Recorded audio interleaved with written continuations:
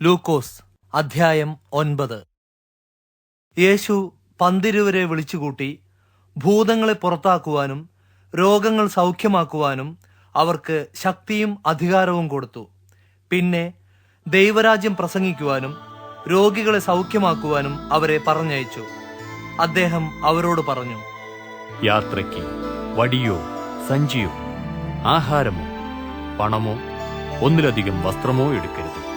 നിങ്ങൾ ഏതെങ്കിലും വീട്ടിൽ ചെന്നാൽ പട്ടണം വിട്ടു പോകുന്നതുവരെ ആ വീട്ടിൽ താമസിക്കുവിൻ. ജനങ്ങൾ നിങ്ങളെ സ്വാഗതം ചെയ്യുന്നില്ലെങ്കിൽ അവരുടെ പട്ടണം വിട്ടു പോകുമ്പോൾ അവർക്കെതിരെ സാക്ഷ്യത്തിനായി നിങ്ങളുടെ കാലിലെ പൊടി തട്ടിക്കളയുവിൻ. അങ്ങനെ അവർ പുറപ്പെട്ട് സുവിശേഷം അറിയിച്ചും എല്ലായിടത്തുമുള്ള ജനങ്ങളെ സൗഖ്യമാക്കിയും കൊണ്ട് ഗ്രാമം തോറും സഞ്ചരിച്ചു. സംഭവിച്ചുകൊണ്ടിരുന്നതെല്ലാം നാടുവാഴിയായ ഹെരോദാവ് കേട്ടു. യോഹന്നാൻ മരിച്ചവരിൽ നിന്ന് ഉയിർപ്പിക്കപ്പെട്ടിരിക്കുന്നുവെന്ന് ചിലരും, ഏലിയാവ് പ്രത്യക്ഷനായിരിക്കുന്നുവെന്ന് മറ്റു ചിലരും, പണ്ടത്തെ പ്രവാചകന്മാരിൽ ഒരാൾ ജീവിച്ചെഴുന്നേറ്റിരിക്കുന്നുവെന്ന് വേറെ ചിലരും പറഞ്ഞുകൊണ്ടിരുന്നതിനാൽ ഹെരോദാവ് പരിഭ്രാന്തനായി. യോഹന്നാനെ ഞാൻ ശിരച്ഛേദം ചെയ്തു, പിന്നെ ഈ വിധ കാര്യങ്ങൾ പറഞ്ഞു കേൾക്കുന്ന ഇവൻ ആര് എന്ന് അദ്ദേഹം പറഞ്ഞു. യേശുവിനെ കാണാൻ അദ്ദേഹം ശ്രമിച്ചു. അപ്പോസ്തലന്മാർ മടങ്ങിയെത്തി തങ്ങൾ ചെയ്തതെല്ലാം യേശുവിനോട് അറിയിച്ചു. അനന്തരം അദ്ദേഹം അവരെ കൂട്ടിക്കൊണ്ട് തനിയെ ബേത്സയിദ എന്ന പട്ടണത്തിലേക്ക് പോയി. എന്നാൽ ജനങ്ങൾ അതറിഞ്ഞ് അദ്ദേഹത്തിന്റെ പിന്നാലെ ചെന്നു. അദ്ദേഹം അവരെ സ്വീകരിച്ച് അവരോട് ദൈവരാജ്യത്തെപ്പറ്റി സംസാരിക്കുകയും രോഗസൗഖ്യം ആവശ്യമായിരുന്നവരെ സൗഖ്യമാക്കുകയും ചെയ്തു. പകൽ കഴിയാറായപ്പോൾ 12 അടുത്തുവന്ന് അദ്ദേഹത്തോട് പറഞ്ഞു, നാം ഇവിടെ ഒരു നിർജ്ജന സ്ഥലത്താണ്. അതുകൊണ്ട് ചുറ്റുമുള്ള ഗ്രാമങ്ങളിലും നാട്ടിൻപുറത്തും ചെന്ന് ഭക്ഷണവും താമസ സൗകര്യവും കണ്ടെത്തുവാൻ ജനക്കൂട്ടത്തെ പറഞ്ഞയക്കണം. അതിന് അദ്ദേഹം, നിങ്ങൾ അവർക്കെന്തെങ്കിലും ഭക്ഷിക്കാൻ കൊടുക്കുവിൻ എന്ന് ഉത്തരം പറഞ്ഞു. ഞങ്ങളുടെ പക്കൽ 5 അപ്പവും 2 മീനും മാത്രമേ ഉള്ളൂ.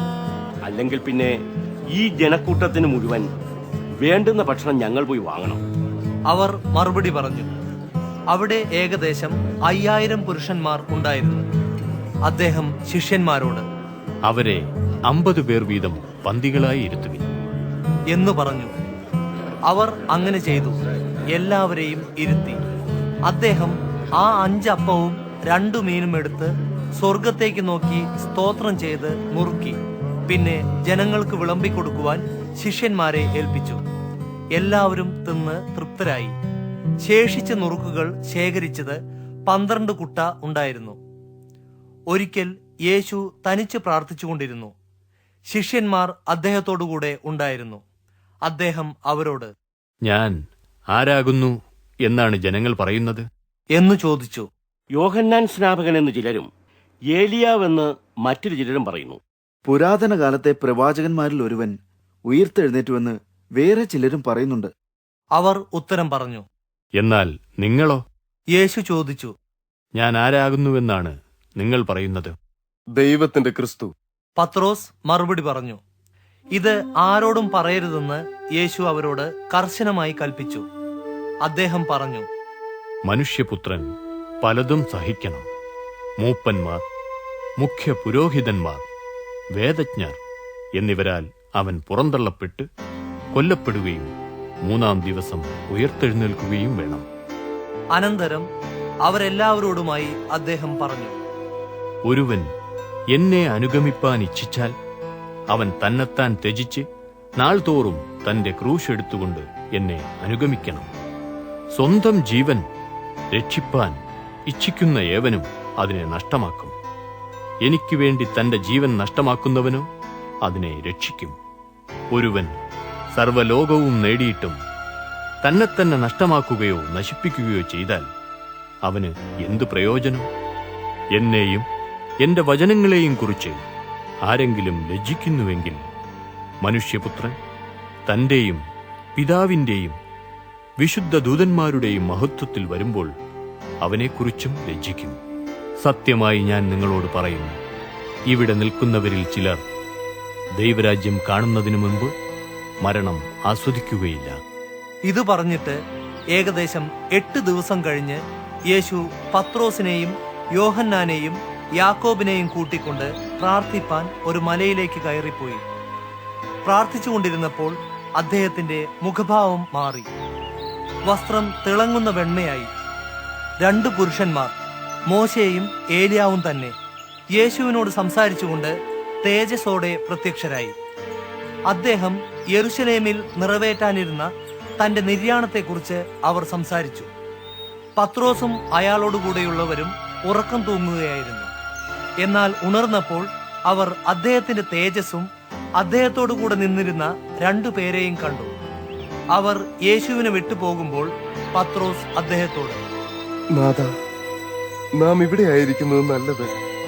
നമുക്കിവിടെ 3 കുടിലുകൾ ഉണ്ടാക്കാം. ഒന്ന് അങ്ങേക്ക് വേണ്ടി, ഒന്ന് മോശയ്ക്ക്, പിന്നെ ഒന്ന് ഏലിയാവിനും എന്നു പറഞ്ഞു.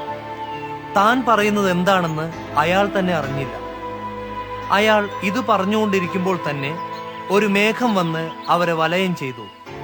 മേഘത്തിലായപ്പോൾ അവർ ഭയപ്പെട്ടു. മേഘത്തിൽ നിന്ന് ഒരു ശബ്ദമുണ്ടായി, ഇത് എന്റെ പ്രിയപുത്രൻ, ഇവന് ചെവി കൊടുക്കുവിൻ. ആ ശബ്ദം കേട്ടുകഴിഞ്ഞപ്പോൾ യേശുവിനെ മാത്രം അവർ കണ്ടു. തങ്ങൾ കണ്ടതിനെപ്പറ്റി ശിഷ്യന്മാർ മൗനം അവലംബിച്ചു. ആ നാളുകളിൽ അവർ അത് സംബന്ധിച്ച് ആരോടും ഒന്നും പറഞ്ഞില്ല. പിറ്റേ ദിവസം അവർ മലയിൽ നിന്ന് ഇറങ്ങി വന്നപ്പോൾ വലിയൊരു ജനസമൂഹം അദ്ദേഹത്തെ എതിരേറ്റു. ആ കൂട്ടത്തിലുണ്ടായിരുന്ന ഒരു മനുഷ്യൻ നിലവിളിച്ചു പറഞ്ഞു, ഗുരു, എന്റെ മകനെ കടാക്ഷിക്കണമെന്ന് ഞാൻ യാചിക്കുന്നു. അവൻ എനിക്ക് ഏകപുത്രൻ. ഒരാത്മാവ് അവനെ പിടിക്കുകയും അവൻ പൊടുന്നനെ നിലവിളിക്കുകയും ചെയ്യുന്നു. വായിലൂടെ നുരവമിക്കത്തക്കവണ്ണം അതവനെ ഞെരുക്കുന്നു. അതവനെ വിട്ടൊഴിയുന്നതുമില്ല. അതിനെ പുറത്താക്കുവാൻ ഞാൻ അങ്ങയുടെ ശിഷ്യന്മാരോട് അപേക്ഷിച്ചു, എന്നാൽ അവർക്ക് സാധിച്ചില്ല. അതിന് യേശു, അവിശ്വാസവും വക്രതയുമുള്ള തലമുറയും, ഞാൻ എത്ര കാലം നിങ്ങളോടുകൂടെ ഇരുന്നു കൊണ്ട് നിങ്ങളെ വഹിക്കും. നിന്റെ മകനെ ഇങ്ങു കൊണ്ടുവരും എന്നു പറഞ്ഞു. ആ ബാലൻ വരുമ്പോൾ തന്നെ ഭൂതം അവനെ തള്ളിയിട്ട് പിടപ്പിച്ചു. യേശു ആ ദുരാത്മാവിനെ ശാസിച്ചിട്ട് ബാലനെ സൗഖ്യമാക്കി പിതാവിനെ ഏൽപ്പിച്ചു. എല്ലാവരും ദൈവത്തിന്റെ മഹത്വത്തിൽ വിസ്മയിച്ചു. യേശു ചെയ്ത എല്ലാ കാര്യങ്ങളെയും സംബന്ധിച്ച് എല്ലാവരും വിസ്മയിച്ചുകൊണ്ടിരിക്കുമ്പോൾ അദ്ദേഹം ശിഷ്യന്മാരോട്, ഈ വാക്ക് നിങ്ങളുടെ ശ്രദ്ധയിൽ ഗാഠമായി പതിയട്ടെ. മനുഷ്യപുത്രൻ മനുഷ്യരുടെ കയ്യിൽ ഏൽപ്പിക്കപ്പെടുവാൻ പോകുന്നു എന്നു പറഞ്ഞു. എന്നാൽ ഇതിന്റെ അർത്ഥം എന്തെന്ന് അവർ ഗ്രഹിച്ചില്ല. ഗ്രഹിക്കാൻ കഴിയാത്ത വിധം അത് അവരിൽ നിന്ന് മറയ്ക്കപ്പെട്ടിരുന്നു.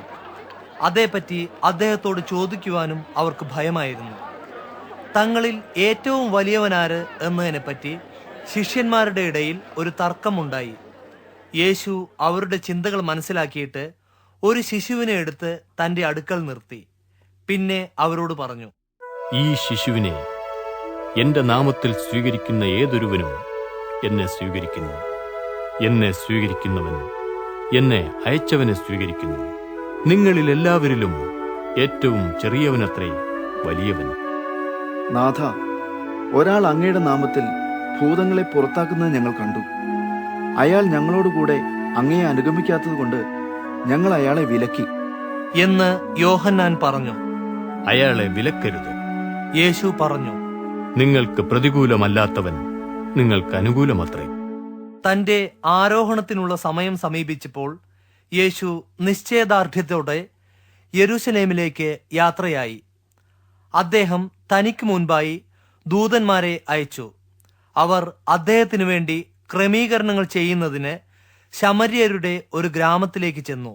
എന്നാൽ അദ്ദേഹം യെരൂശലേമിലേക്ക് പോവുകയായിരുന്നതുകൊണ്ട് അവിടുത്തെ ആളുകൾ അദ്ദേഹത്തെ സ്വീകരിച്ചില്ല.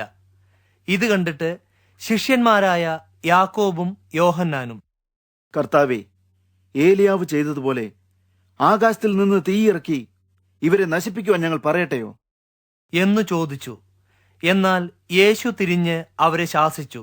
എന്നിട്ട് അദ്ദേഹം പറഞ്ഞു, ഏതുതരം ആത്മാവാണ് നിങ്ങൾക്കുള്ളത് എന്ന് നിങ്ങൾ അറിയുന്നില്ല.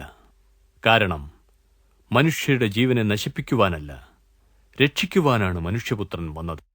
പിന്നെ അവർ മറ്റൊരു ഗ്രാമത്തിലേക്ക് പോയി. അവർ വഴി നടന്നു പോകുമ്പോൾ ഒരു മനുഷ്യൻ അദ്ദേഹത്തോട്, അങ്ങ് എവിടെ പോയാലും ഞാൻ അങ്ങേ അനുഗമിക്കാം എന്നു പറഞ്ഞു. അതിന് യേശു, കുറുനരികൾക്ക് മാളങ്ങളും ആകാശത്തിലെ പക്ഷികൾക്ക് കൂടുകളും ഉണ്ട്. മനുഷ്യപുത്രനോ തലചായ്ക്കാൻ ഇടമില്ല എന്ന് ഉത്തരം പറഞ്ഞു. അദ്ദേഹം മറ്റൊരുവനോട് എന്നെ അനുഗമിക്കുക. എന്നു പറഞ്ഞു. എന്നാൽ അയാൾ, കർത്താവെ, ആദ്യം പോയി എന്റെ പിതാവിന്റെ ശവസംസ്കാരം നടത്തുവാൻ എന്നെ അനുവദിച്ചാലും എന്നു പറഞ്ഞു. യേശു അവനോട്, മരിച്ചവർ തങ്ങളുടെ മരിച്ചവരെ സംസ്കരിക്കട്ടെ, നീയോ പോയി ദൈവരാജ്യം വിളംബരം ചെയ്യുക എന്നു പറഞ്ഞു. മറ്റൊരുവൻ പറഞ്ഞു, കർത്താവെ, ഞാൻ അങ്ങയെ അനുഗമിക്കാം. എന്നാൽ ഞാൻ ഒന്നാമത് എന്റെ കുടുംബാംഗങ്ങളോട് യാത്ര പറയുവാൻ അനുവദിക്കണം. എന്നു പറഞ്ഞു. അതിന് യേശു, കലപ്പയ്ക്ക് കൈവച്ച ശേഷം പുറകോട്ട് നോക്കുന്നവൻ ആരും ദൈവരാജ്യത്തിന് കൊള്ളാവുന്നവനല്ല എന്നു പറഞ്ഞു. യേശു, കലപ്പയ്ക്ക് കൈവച്ച ശേഷം പുറകോട്ട് നോക്കുന്നവൻ ആരും ദൈവരാജ്യത്തിന് കൊള്ളാവുന്നവനല്ല എന്നു പറഞ്ഞു.